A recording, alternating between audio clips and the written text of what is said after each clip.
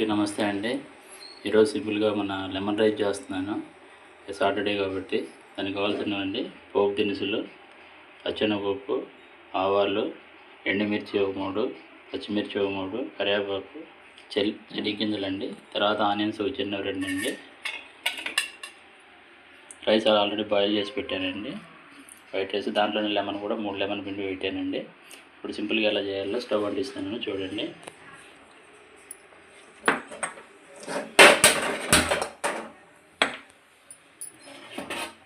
Stove అంటించానండి.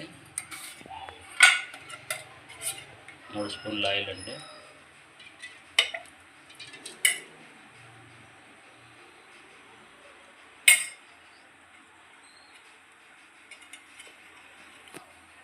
Oil వేడెక్కిపోయిందండి. పప్పు దినుసులు, మిర్చి అండి,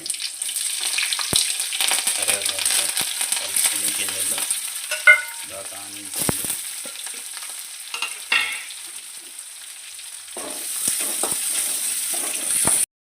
ఇప్పుడు 10 స్పూన్ పసుపు అండి.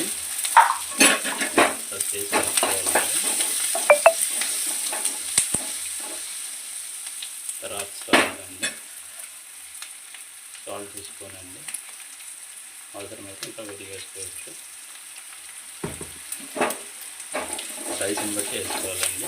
లెమన్ అయితే రైస్లోనే పిండుకోవాలండి. ఇందులో వేస్తే చేదు వస్తుంది. కొంత రెడీ అయిపోయిందండి. ఇప్పుడు రైస్ వేస్తాము.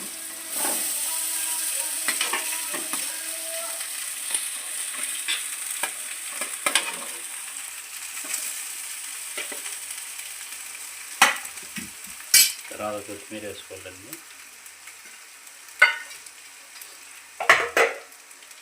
తర్వాత బాగా కలుపుకోవడం లెమన్ రైస్ చేయాలి.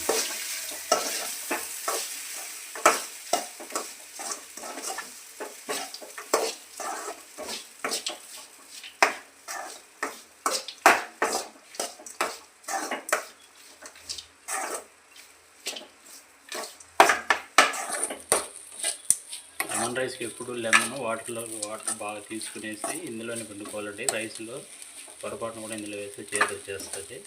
అది బాగా గమనించుకోవాలి. అది ఒకటి లాజిక్ దీనికి. లెమన్ రైస్ చక్కగా తయారైపోయిందండి. దీంట్లోకి చట్నీస్ ఏవైనా యూస్ చేసుకోవచ్చు. నేను ఈరోజు ఇంకో వీడియోలో చిల్లీ గోబీ చేస్తున్నాను. కాంబినేషన్ బాగుంటుంది. మీరు కూడా ట్రై చేయండి. ఇలాగే ట్రై చేయండి, లైక్ చేయండి, నచ్చితే షేర్ చేయండి, సబ్స్క్రైబ్ చేసుకోండి.